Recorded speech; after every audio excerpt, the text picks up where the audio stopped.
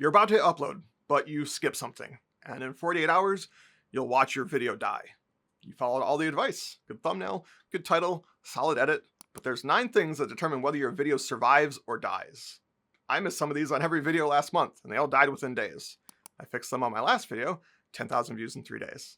I'm going to show you exactly what to check so that your videos actually get seen, starting with the one that kills the most potential. You spend 20 hours making a video. You're proud of it. You've got great B-roll, clean edits, everything looks professional. And then you sit down to try and figure out what to call it.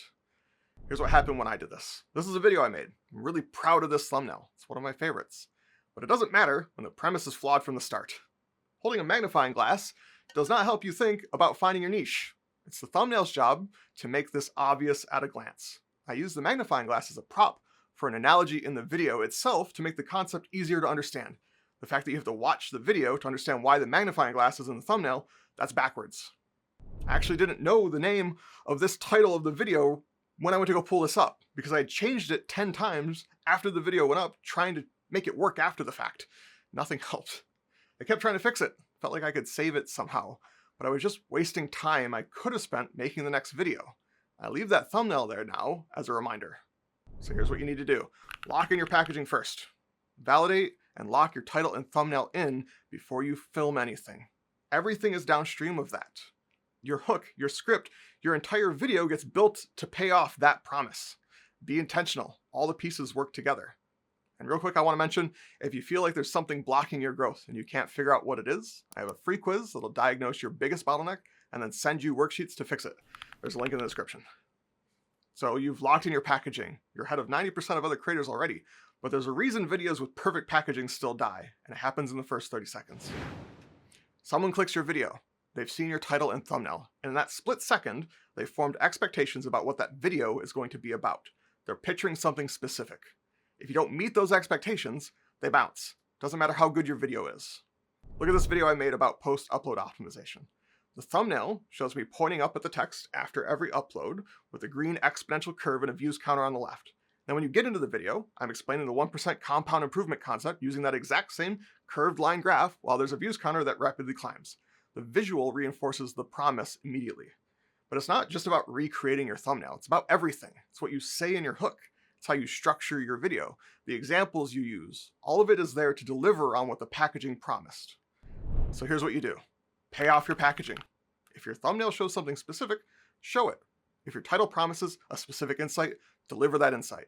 If you set up an expectation, meet it. That's the job. YouTube loves one thing more than anything else, and most creators completely waste it. If someone makes it to the end of one of your videos, what does that tell you?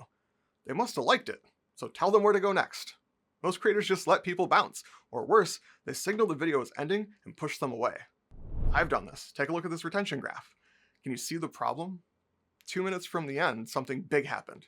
Dropping from 25% to 10%, that's massive. I had finished my main point, wrapped it up nicely, but then I went into a 2-minute explanation about my program that had nothing to do with the video, so all those people just left. The thing YouTube loves more than anything else is people who binge watch your content.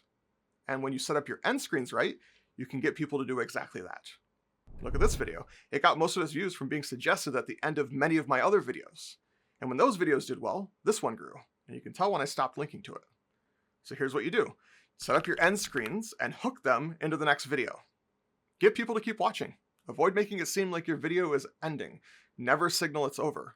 If you want a good example of how to do this, I'll show you at the end of this video. Everyone's telling you SEO is everything. Keywords, tags, descriptions. You need to optimize for search. Search is dead. I stopped caring about SEO when I saw that many of the outlier videos I was inspired by had no tags. Some of my role models basically stopped using their descriptions. Search is now based on your watch history. Being the first to coin a term is pointless. The true way to get views, grow, and make money is to make content that does well in browse. But there's some nuance. That's only true once YouTube understands you. When you're small, it's one of the only ways YouTube can classify you. It takes YouTube time to figure you out. It takes things that you say in your video, your transcript, your description, your tags, to get a sense of who it should put you in front of. So when you're smaller, stack the deck in your favor. Use vidIQ, find keywords, go grab tags from competitors who made videos on the same subject. Then use AI to write descriptions with those keywords.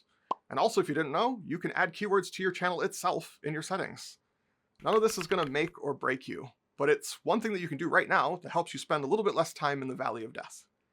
And speaking of spending a little bit less time there, I gotta say it, if this has been useful so far, hit the like button. It helps train YouTube to show you more content like this so you can level up faster, and helps me find more people like you who also really don't want to be stuck in the valley of death either. Real quick, here's a bonus one about upload timing. I get asked this constantly. When should you upload? It's a bit of a chicken and egg situation. The time you release a video will reinforce when people watch. You post at noon on Saturdays, guess what? The best time to upload will be Saturday afternoon. The only thing that really matters, I think, is knowing where your audience lives. So for me, mine's in America, and so I post earlier in that time zone to get more views before the overnight drop. You don't need to overcomplicate it.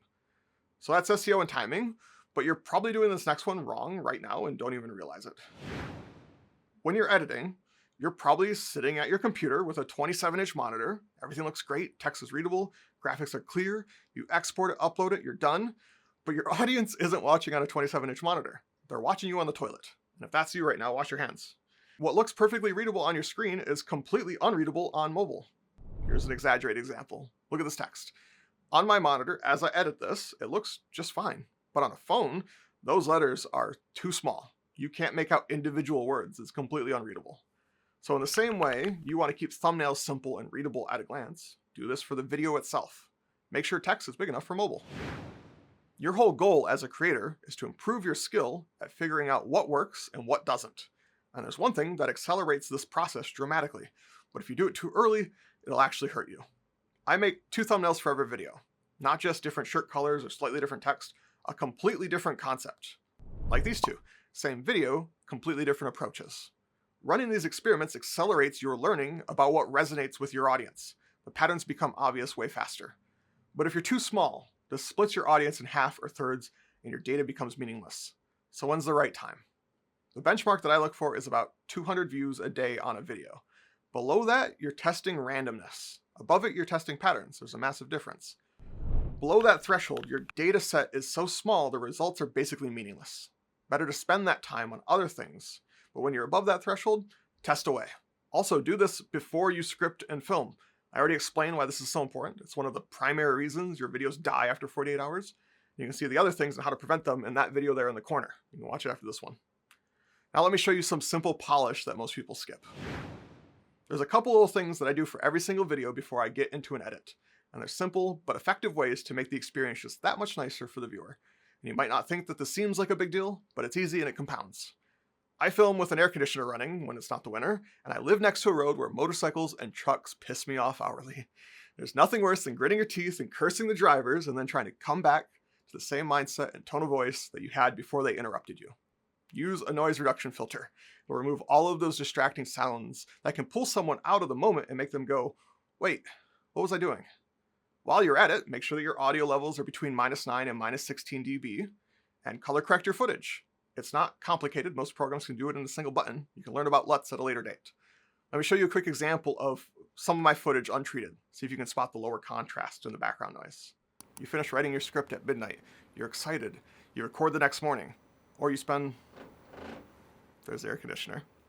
Start over. If every video of mine was like this, you wouldn't make it nearly as far into my videos. This is probably the thing that has improved my content the most. Somehow I managed to forget it all of last month. Some of my worst performing content is the stuff that I rushed.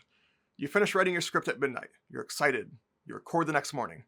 Or you spend 8 hours editing, export immediately, write your title on the upload screen and hit publish.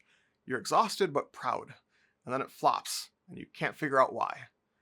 But when you're that close to it, whether it's your script, your thumbnail, your title, your edit, you can't see what's working and what's not. You miss the obvious mistakes. You can't evaluate it the way a viewer would. So here's what helped me the most. Let it sit for a day and then come back. I know you want to publish it now, you're excited, but that excitement blinds you to the problems that only distance can reveal. When you come back to your script after a day, you catch the sections that drag. When you look at your thumbnail with fresh eyes, you see it's too busy or unclear. When you revisit your title, you realize it doesn't actually promise what the video delivers. When you rewatch your edit, you notice the pacing issues that you couldn't see after staring at a timeline for hours. Your brain processes things in the background. Maybe you watch some other content, and then things click into place. You see what you couldn't see before. This video you're watching right now, the next tip, only came to me after I had stepped away and came back with fresh eyes. And it's the most important one of them all. Also, a quick reminder about that quiz that I mentioned earlier. It'll show you exactly what's blocking your channel, and then I'll send you some worksheets to your email so that you can fix it. Link's still there in the description. So you've done all this, video's ready, but before you hit publish, there's one final question you need to ask yourself. You might have made a thumbnail you're proud of, figured out a new editing technique, really happy with the clever use of some words, the production quality is there, everything looks professional. But if the video itself doesn't move your channel forward, you wasted all that time for nothing. Last month, I was in exactly this spot. I was proud of all my videos, the editing, the packaging, the work I put in, but they weren't performing. And it was because I forgot a really important question. I realized I wasn't spending enough time in ideation. I was following my systems and making good content, but not great content that my audience actually needed. The thing that elevates my systems is the time spent up front thinking things through, and I had skipped that step. So before you upload, ask yourself, does this video serve my current audience? Or is it just content? That question separates videos that work from videos that waste your time. Your video is showing up next to creators your audience loves, creators with millions of subscribers and teams to help them. And you have to sit next to those giants and be the better choice for your specific audience. And all these tactics mean nothing if you're making content that doesn't serve your audience. The videos that die in 48 hours, they're not dying because of bad SEO or small text. They're dying because they didn't deserve to exist in the first place. And that sounds harsh, but it's the truth that finally got my videos to work. If you can execute perfectly on every single tip in this video, but the video itself doesn't move your audience forward, you just made a beautiful thing no one needed. I made a whole video breaking down exactly how to make sure you never make that mistake again. I cover the 6 hidden reasons YouTube stops promoting your content and what to do about it so you don't waste weeks making something that was never going to work. You'll want to watch that one next.